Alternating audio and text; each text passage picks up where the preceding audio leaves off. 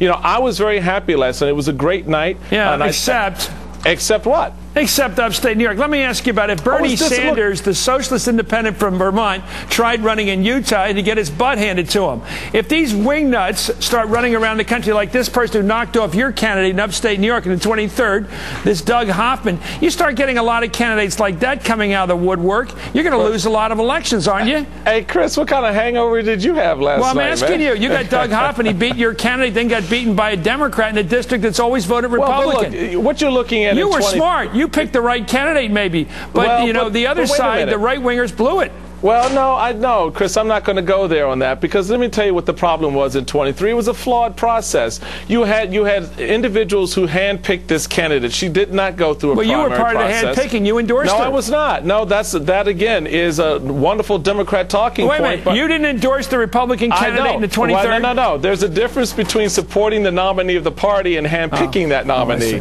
All right. Well, that's timing. In other words, once she was handpicked, then you endorsed her. Well, come on, that's laughable. You endorsed the handpicked candidate. You mocked the system, and then you supported it. Chris, do you understand how politics works in this country? People make their choices. Party bosses no longer do that, and this is an example of what happens when they try to do that. And we did You're not. You're a party boss. Chris, I'm not a party. I'm the chairman of the party. You just endorsed the candidate backed by the bosses in upstate New York, and you got beaten.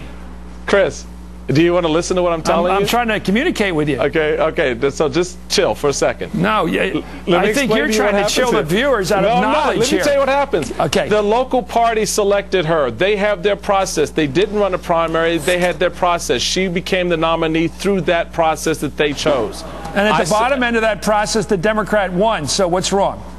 It was a flawed process because she didn't reflect the community in which she was running. And the people there spoke. And you saw that primary played out. Will not happen when we take the seat back in 2010. I'm not blaming you. It was handpicking. It's the New York State system. But let me ask you this. If you have a lot of wingnuts coming in from the far right, knocking off establishment candidates, Doug Hoffman coming in from outside the district. You were the one that knocked people for coming in from outside the district. What about all the left-wing nuts who won't let the president get his agenda through? What about all the left-wing nuts are the reason why we don't have health care right now? You've got 60 votes in the Senate. You've got 78-seat majority in the House. And I don't see anyone talking about the left-wing nuts who are stifling the health care for my mother and my family and my community. Wow. So don't give me the name calling here. That was a political process. Now we're talking real things here when you talk about the fact that in the Democratic Party, the division is real because we don't have health care. The division is real because we still have unemployment climate. The division is real because we're not solving the problems. So the president would be better off if he didn't have a left and he could push a more moderate health care bill. I don't know. That's a choice the Democrats have to make. Yeah, but you're making it for them, aren't you?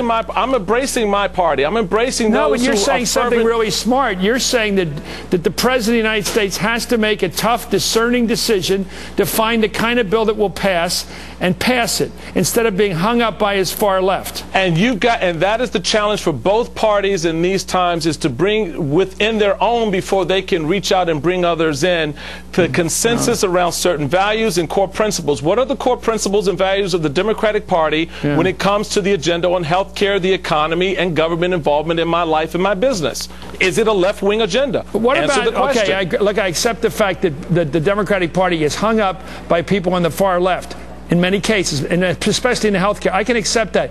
But in your party, since you're the party spokesman and leader, let me ask you, are you happy with what happened in upstate New York, where people came in like Sarah Palin and Dick Armey and Rick Santorum came in from outside and got involved in the process? I understand you've been quoted as saying that was wrong.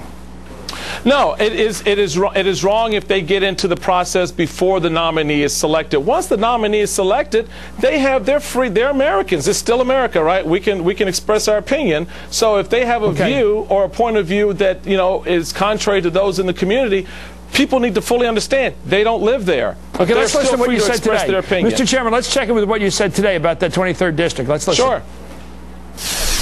If you don't live in the district, you don't vote there, your opinion really doesn't matter much.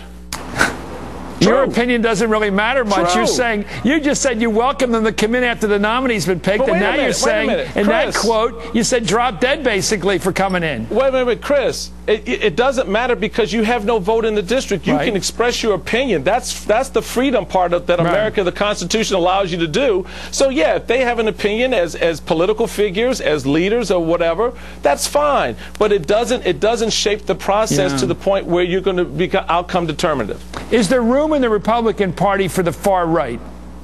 Yes or no? Far right. It's room in the Republican Party for anyone who wants to be a part of the values that we espouse when it comes to the role of government, free enterprise, free markets. And look, Chris, I'm in the business of multiplication and addition, not division and subtraction. So my job as a national chairman is to make us to build us a governing majority with the leadership in the House and the Senate and our Republican governors. Thank you very much. Michael Steele of the Big Tent, sir. Thank you, Chairman of the Republican National Committee.